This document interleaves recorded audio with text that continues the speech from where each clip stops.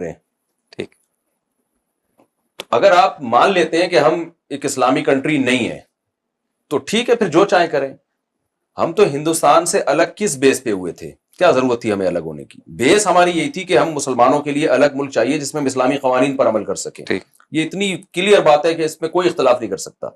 یہاں تک کہ پاکستان کے جو آئین ہے نا، اس سے یہ شق نکالی بھی نہیں جا سکتی. ٹھیک. اگر آپ یہ شق نکال دینا اسمبلی 100% مل کے کہ قرآن و سنت کی جو شق ہے وہ نکال دیتے ہم، تو انڈیا بین الاقوامی عدالت میں کیس کر سکتا ہے کہ ہمیں توڑنے کی جو بیس تھی وہ ختم ہو گئی ہے، لہذا پاکستان کو انڈیا کے ساتھ لاحق کیا جائے.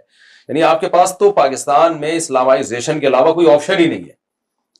تو بے حیائی تو ایک ایسی چیز ہے جس میں کیا دیوبندی، کیا بریلوی، کیا شیعہ، کیا سنی، کیا حنفی، کیا شافی، کوئی اختلاف ہے ہی نہیں کہ بے حیائی ایک ناجائز اور حرام چیز ہے. تو اس پہ بھی اگر کوئی ملک میں ایکشن نہیں لے رہا تو اس کا مطلب تو یہ بہت بڑی غفلت ہے نا، پھر یہ بہت بڑی مجرمانہ غفلت. اچھا، وہ national cyber crime investigation agency نے جو کیا ہے میں وہ آپ کو بتا دیتا ہوں. ابھی میں جب لینڈ کیا ادھر کراچی ایئرپورٹ پہ تو میری بات بھی ہوئی ڈائریکٹر صاحب سے جنہوں نے یہ بیڑا اٹھایا ہوا اور کام کر رہے ہیں. انہوں نے ایک یوٹیوبر کو گرفتار کیا ہے. اس یوٹیوبر کا نام ہے ڈکی بھائی. جانتے ہیں آپ؟ جی، نام سنا ہوا ان کا میں نے. سعد الرحمان ہے نام اصل ان کا. میں نے ایک ولاگ دیکھا تھا جو بیت الخلاء میں بیٹھے ہوئے دکھا رہے تھے، تو میں نے اس پہ تھوڑا بیان کیا تھا کہ یار آپ شکر ہے اوپر سے دکھائے اپنے آپ کو، نیچے سے دکھاتے تو زیادہ ہٹ ہو جاتے. اچھا، یہ آپ نے دیکھا ہے؟ میں نے دیکھا باخدا میں نے نہیں دیکھا. میں نے بیان میں تبصرہ بھی کیا کہ وہ واش روم میں جا کے بھی کہ میں اب کسی کا نام اب آ گیا نام تو میں نے ذکر کر دیا، اس میں میں نے نام نہیں لیا تھا بیان میں. تو اتنا زیادہ آگے مت، میرا خیال ہے یہ تھوڑا نامناسب ہو جاتا ہے کہ آپ اپنے واش روم کی حرکتیں بھی دکھا رہے ہیں لوگوں کو. ہمیں کسی کی ذاتیات سے کچھ نہیں ہے، ڈکی بھائی جو بھی ہوں گے شاید ہم سے اچھے مسلمان ہوں، لیکن سوسائٹی میں پھر حیا ختم ہو جائے گی. تو اس پہ بولنا تو ہماری ذمہ داری ہے نا، علماء کی ذمہ داری ہے. بالکل ہے.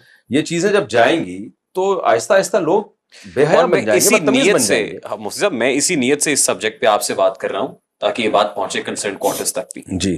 کہ آپ تاکہ سند رہے اور بوقت ضرورت کام آئے. جی.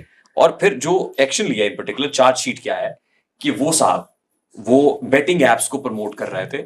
وہ مختلف بیٹ ایکس ہے، 1x بیٹ ہے، اور ایک تو اور اسی طرح کی بیٹنگ ایپس ہیں جن کو وہ as an influencer shout outs دے رہے تھے، اور پھر کچھ کے وہ کنٹری ہیڈ بنے ہوئے تھے، تو اس سے جوئے کو پروموٹ کیا جا رہا تھا. تو یہ چارج شیٹ آپ کو لگتا ہے درست ہے؟ میں کیوں پوچھ رہا ہوں، میں اس لیے 100% درست ہے. اگر وہ کر رہے تھے تو ناجائز ہے، غلط ہے. اب جوا پاکستان میں انلیگل ہے جی، تو ایسی ایپس کو پروموٹ کرنا بھی انلیگل ہے، حرام ہے، ناجائز ہے اور انلیگل بھی ہے. لیکن وہ جسٹیفیکیشن یہ ہوتی ہے کہ جب ریاستی سطح پہ ایسی ایپس کو پروموٹ کیا جائے، وہ کہیں پی ایس ایل کے اندر پروموٹ کی جا رہی ہوں یا ایسی ایپس چل رہی ہوں.